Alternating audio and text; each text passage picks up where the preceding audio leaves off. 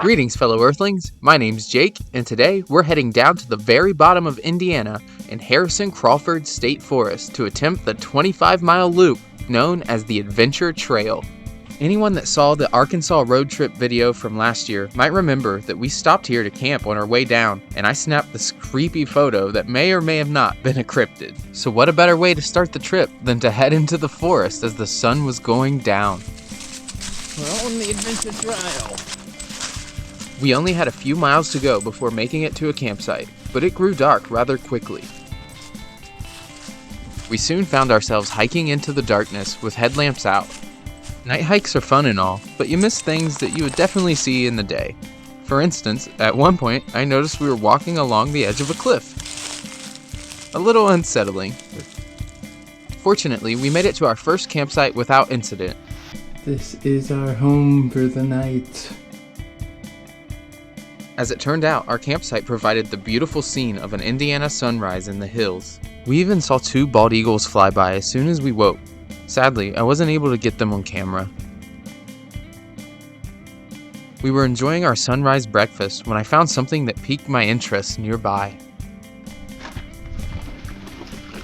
So we're having breakfast and packing up the old campsite.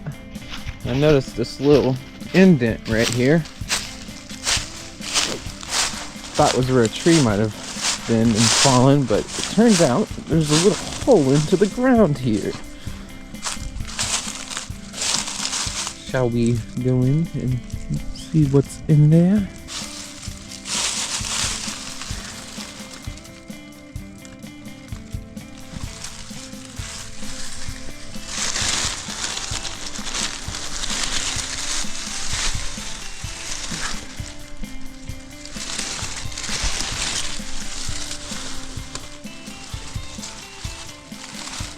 It's just slept down here, it's way warmer.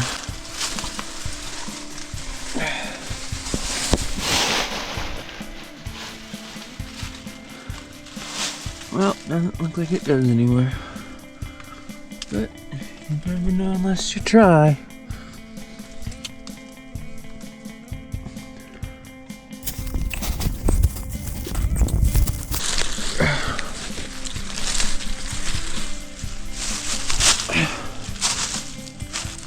Welcome to Indiana.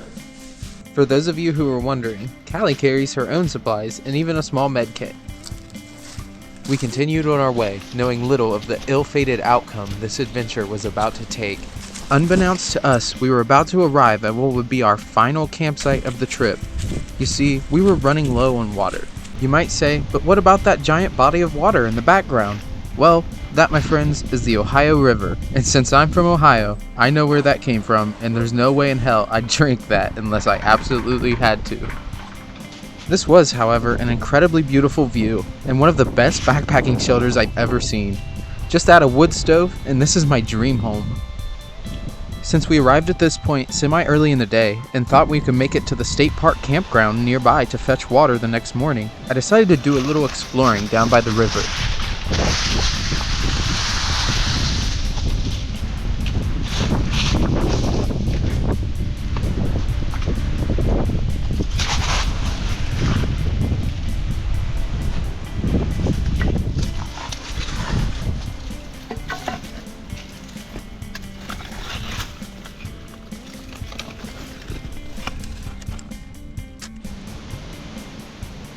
I found a nice little spot for some barefoot bouldering, and notice how I almost broke my camera lens during this climb.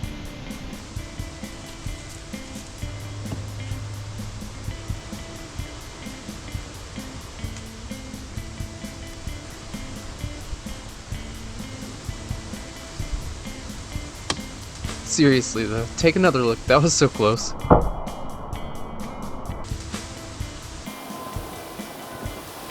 This is where paradise ended for us. I had the opportunity. I found a small spring dripping out of a crack in the cliff when I was out exploring, and I even went back and looked for it the next morning, but couldn't find it. Oh well, we thought, it's not too far to the campground to get water. You can see down there, but aside from the Ohio River, every other stream we passed on this trail was as bone dry as this one during this time of year.